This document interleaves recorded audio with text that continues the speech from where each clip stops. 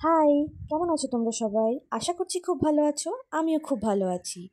তো সবাইকে আমার চ্যানেলের আরও একটা নতুন ভিডিওতে স্বাগত জানাই।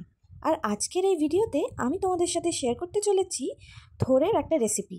আর থোড়টা আমি কিভাবে বানাচ্ছি সেটা জানার জন্য ভিডিওটা স্কিপ না করে পুরোটা দেখতে হবে।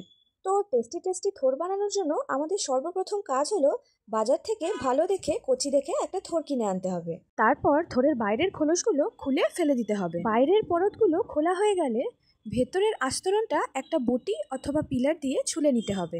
তারপর থোড়টাকে চাকা চাকা করে কেটে নিতে হবে। আর প্রত্যেকটি চাকা কাটার পর আঙুলের মধ্যে থোড়ের আঁশ পেঁচিয়ে নিতে হবে, নয়তো খাবার টাইমে মুখে পড়লে অত্যন্ত বিশ্রী লাগবে। থোড়টা কেটেই জলে ভিজিয়ে দিতে হবে, নইলে কালো হয়ে যাওয়ার সম্ভাবনা থাকে। তারপর জল থেকে তুলে নুন কচলে রেখে দিতে হবে।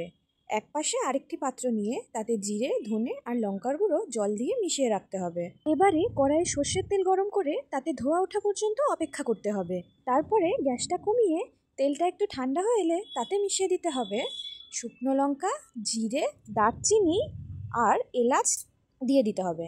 তারপর তাতে দিয়ে দিতে হবে একটা মাঝারি সাইজের আগের থেকে কেটে রাখা আলু, আর সেটাকে গোল্ডেন ব্রাউন করে ভেজে নিতে হবে। ভাজা হয়ে গেলে দিয়ে দেব কোরানো নারকেল। তোমরা চাইলে এতে কুচি করা নারকেলও দিতে পারো। এরপর নারকেলটা বেশ কিছুক্ষণ ভাজার পর তাতে সোনালি রং ধরে এলে তাতে দিয়ে দিতে হবে পরিমাণ মতো হলুদ আর পরিমাণ মতো নুন।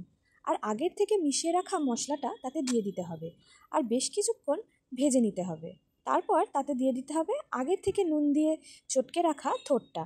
আর থোড়টাকে চটকে ভাঙা ভাঙা করে নেওয়ার কারণ হচ্ছে যাতে তরকারির টেক্সচারটা আরও ভালো হয়। এরপর এটা মশলার সাথে মিশিয়ে ভালো করে মাঝারি আঁচে রান্না করতে হবে। তারপর তাতে দিয়ে দিতে হবে স্বাদ মতো চিনি আর ভালো করে সেটাকে মিশিয়ে নিতে হবে। আর বেশ কিছুক্ষণ তাতে ঢাকা চাপা দিয়ে রান্না করে নিতে হবে। তারপর ঢাকা খুলে তাতে দিয়ে দিতে হবে আগের থেকে ভেজে রাখা চিনি বাদাম, আর সবশেষে তাতে দিয়ে দিতে হবে সামান্য ঘি আর গরম মশলা। তাহলেই রেডি আমাদের থোড়ের ঘন্ট। রেসিপিটা ভালো লাগলে তোমরা বাড়িতে অবশ্যই রান্না করে খেও, আর ভিডিওটা ভালো লাগলে অবশ্যই একটা লাইক করে দিও। আর আর রেসিপিটা তোমাদের কেমন লাগলো সেটা কমেন্টে জানাতে একদম ভুলো না। তাহলে দেখা হচ্ছে নেক্সট ভিডিওতে। ততক্ষণের জন্য বাই, টেক কেয়ার।